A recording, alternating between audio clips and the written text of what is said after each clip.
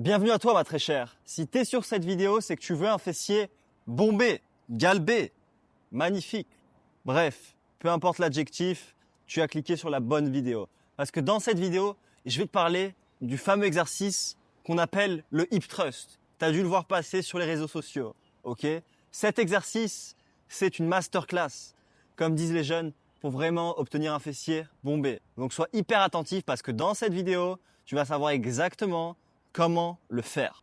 Allez, on rentre dans le vif du sujet. Donc avant de parler de technique, déjà le hip thrust, qu'est-ce que ça cible? Le hip thrust, ça cible essentiellement les fessiers, ok?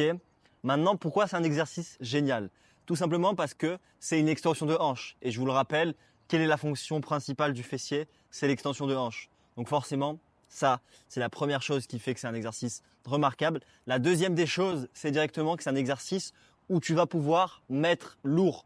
Quand je dis lourd, c'est proportionnellement à ton niveau. Mais tu as vraiment une marge de manœuvre, une marge de progression qui est extrêmement rapide, ok? Donc directement, tu vas voir que tu vas pouvoir très très vite, si tu le fais à la barre, vraiment avoir des charges impressionnantes, comme 80, 100, 120 kg, 160 kg, etc., voire plus. Donc vraiment, ça, c'est top parce que je le rappelle, le fait de progresser, le fait de pouvoir mettre lourd, c'est ça qui va te permettre de développer ton muscle et donc avoir ce fessier bombé, ok? Maintenant, place à la technique, ok? Donc déjà, le hip thrust, pour la mise en place, comment ça se passe? Tu peux le faire à la barre, tu peux le faire à la barre guidée, tu peux le faire à la machine, tu peux le faire aux haltères, tu peux le faire au poids du corps. Enfin vraiment, tu peux au kettlebell aussi, tu peux le faire avec plein de matériel différent. Ce que je te recommande de faire, c'est de prendre la version que tu préfères, que tu te vois faire sur du long terme. Alors privilégie quand même une option où tu peux mettre du poids parce que ce sera plus efficace. Et typiquement, si tu as une machine, je te conseille vachement de le faire sur la machine parce que ce sera beaucoup plus simple, beaucoup plus rapide à mettre en place qu'à la barre. Maintenant, la barre, c'est top également, ok, parce que tu vas pouvoir mettre hyper lourd, ok. Donc concrètement, au niveau de la mise en place, on va partir de l'option à la barre parce que la plupart des salles n'ont pas de machine à hip thrust. Comment ça fonctionne? Alors, vous avez besoin d'un support qui vous arrive justement au niveau des tibias. Donc voilà. Là, bon, j'ai fait sur un pneu, c'est pas l'idéal. Mais voilà, en général, vous mettez un banc, un espèce de step et ça doit vous arriver au niveau des genoux, entre les genoux et le tibia. Ok. Une fois que c'est bon, vous faites en sorte de le pousser contre le mur, votre banc ou votre box pour pas qu'il bouge. Ensuite, une fois que c'est bon, vous allez prendre votre magnifique barre, ok, que vous allez accompagner de la magnifique mousse ou tapis. Donc la mousse, si vous n'en avez pas, vous en achetez une sur Amazon ou alors vous demandez à l'accueil, normalement ils en ont, ok. Une fois que c'est bon, on va mettre la petite mousse ou le tapis directement autour de la barre. Et on va faire un dézoom de la caméra pour que vous puissiez admirer. Donc une fois que vous avez votre barre, vous allez tout simplement vous asseoir contre votre banc, ok. Ensuite, vous allez passer les pieds sous la barre, ok. Donc quand la barre est chargée, il y a directement la barre est surélevée, donc vous pouvez vous passer vos pieds sans problème, ok. Voilà, je vais le faire comme ça parce que j'ai pas chargé la barre. Donc je rappelle, hein, on met bien la mousse directement au milieu, privilégiez des mousses qui se ferment pour pas qu'elles partent, ok.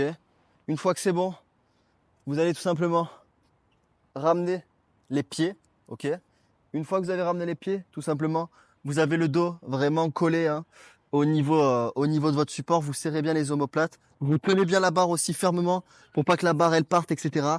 Faites en sorte d'avoir une prise au niveau de la largeur des épaules, ok. Et ensuite, une fois que c'est bon, vous allez pousser sur vos talons. Donc vous poussez bien sur vos talons, ok. Parce que si vous poussez directement sur la pointe des pieds, vous allez plus travailler le devant des cuisses, ok. Donc typiquement, boum, on pousse sur les talons. On fait en sorte, quand on est en haut, en fait, ça c'est hyper important. Donc écoute bien. Quand tu es en haut, tes genoux doivent être au-dessus de tes pieds, ok. Parce que directement, si tes pieds sont trop loin comme ça, ou ils sont trop près, tu vas plus travailler soit les quadriceps s'ils sont trop près, soit à l'arrière des cuisses s'ils sont trop loin. Donc c'est pas bon. Donc fais en sorte, quand tu es en haut, vraiment, d'avoir les genoux au-dessus des pieds. Et voilà, ensuite, tout simplement, tu descends et tu montes, ok. Rien de plus simple. Oh. Donc vraiment le plus important c'est la mise en place. Vous devez faire en sorte que votre support ne bouge pas. Donc si vous êtes dans une salle classique, vous prenez vraiment un banc ou un box et vous le collez contre un mur pour pas qu'il se barre, ok. Ensuite, une chose qui est hyper importante, quand on pousse sur les talons et qu'on est en haut, ce qu'on veut pas voir directement, c'est d'avoir le dos trop cambré, parce que là, vous allez vous faire mal au dos. Donc faites en sorte d'avoir le dos neutre et de gainer vos abdos. Ça, c'est hyper important, hein. Tout simplement. Et boum.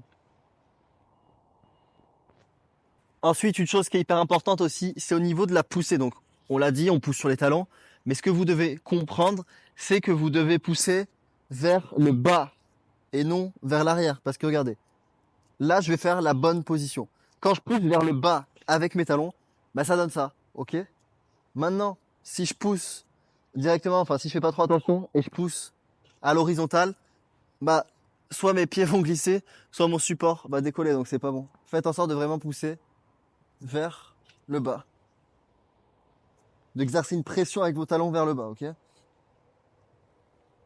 Donc voilà, vis-à-vis du hip thrust. Maintenant, du coup, hyper important, si vous n'avez pas la barre, ça marche pour toutes les formes, ok, ce que j'ai décrit. Donc vous le faites soit à la Smith Machine, soit à la machine, ok? Maintenant, si vous n'avez pas de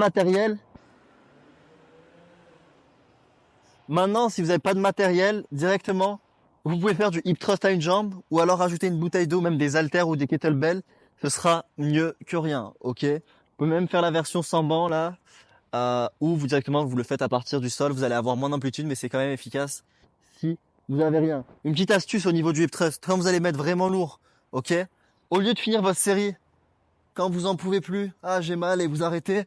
Non, non, non. Ce que vous faites tout simplement, à la fin quand vous voyez que vous allez plus pouvoir faire des répétitions normales, vous faites des répétitions partielles en haut, comme ça. Ok, quand vous en pouvez vraiment plus. Comme ça va permettre d'avoir une proximité à l'échec musculaire plus importante et du coup, vous aurez plus de résultats sur les fessiers. Ok. Donc voilà pour la petite vidéo sur le hip thrust. Directement, si tu as besoin de plus d'aide, tu peux cliquer dans le premier lien dans la description. On va faire un appel complètement offert dans lequel je vais te donner un maximum de conseils. Et directement, si je vois qu'on peut aller plus loin, bah directement, je te coacherai. Donc voilà, tu peux réserver et à très vite.